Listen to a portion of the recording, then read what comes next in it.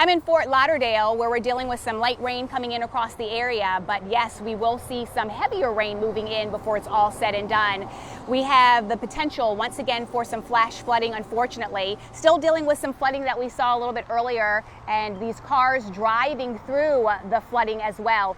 This water that you're seeing will continue to rise before it's all said and done as more rain will come in. We're going to be dealing with rainfall rates 2 to 4 inches an hour, so it is going to be a rough go of it. Watch out for flash flooding as you go through this evening.